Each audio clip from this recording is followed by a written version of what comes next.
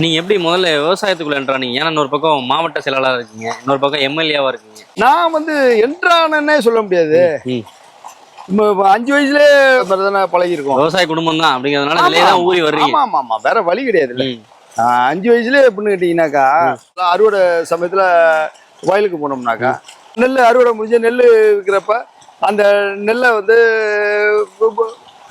போர் போட்டு வைப்பாங்க நெல்லை. ம். அதாவது பட்டறை போடுறதுன்னு சொல்லுவாங்க நெல்லை. அதுல பட்டறையில குறி போட்டு வச்சுட்டு வர மாதிரி எல்லாம் உள்ள அப்ப அந்த காலத்துல எல்லாம் சித்திரை வைகாசியில தான் நெல்லை வெளியில எடுத்துட்டு வர முடியும். வெங்காய பற்ற மாதிரி முன்னாடிய நெல் பட்டறை போட்டுருது. வெங்காய பட்டறைங்கிறதெல்லாம் இப்ப நீங்க பாக்குறது. ஆதி காலத்துல இருந்தே நாங்கெல்லாம் கேட்டா நெல்லை வயல்ல அறுவடை பண்ணி வைக்கல. அந்த இவ்வளவு உயரம் ஒரு 2 அடி 3 அடி ஹைட்டுக்கு வைக்கல, 2 அடி ஹைட்டுக்கு வைக்கல போட்டு அது மேல நெல்லை கொட்டுவோம். கொட்டினோம்னா அப்படியே வைக்க கீழே அமைஞ்சிடும். ஒரு 3/4 அடி 1 அடி ஹைட்டுக்கு வந்துடும். நெல்லை ஃபுல்லா அப்படியே குமிச்சு வச்சுட்டு அதுல வந்து சாணி பால், அதாவது சாணியை கரைச்சி அந்த குறிமுந்தன்னு சொல்லுவாங்க, அதுக்குன்னு உள்ள தொழிலாளியே எடுத்துட்டு வருவாங்க. நெல் இப்படி இதா இருக்கிறதுல அதுல இன்சியல் போடுறது.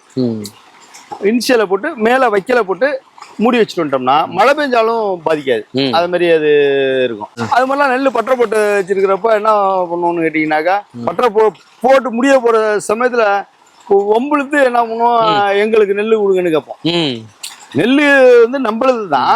பொம்பளுத்து கேட்போம், எனக்கு கொடுக்குறியா இல்லையான்னு அழுது அடம் முடிச்சு வாங்குவோம். வாங்கி அதை என்ன பண்ணுவோம்னு கேட்டீங்கன்னாக்கா, வயல்வெளியிலே வந்து அந்த பலகாரங்கள்லாம் கொண்டு வந்து வித்துட்டு இருப்பாங்க அறுவடை நேரத்துல கொண்டு வந்து. ஆமா, அங்க வேலை பார்க்குற தொழிலாளர்களும் அங்கே சாப்பிடுவாங்க. நாங்க சின்ன பிள்ளைங்களுக்கு எங்களுக்கு அதுல பலகாரம்லாம் கொண்டு வருவாங்க. அதிரசம், கெட்டி உருண்டை, அதெல்லாம் வாங்குறதுக்குன்னு நாங்க நெல்லை விவாதம் பண்ணி, இல்லைன்னா நாங்க ஒம்பளுத்து அள்ளி கொண்டு போய் அவங்கள்ட்ட கொடுத்துட்டு அதெல்லாம் வாங்கி சாப்பிடுவோம்.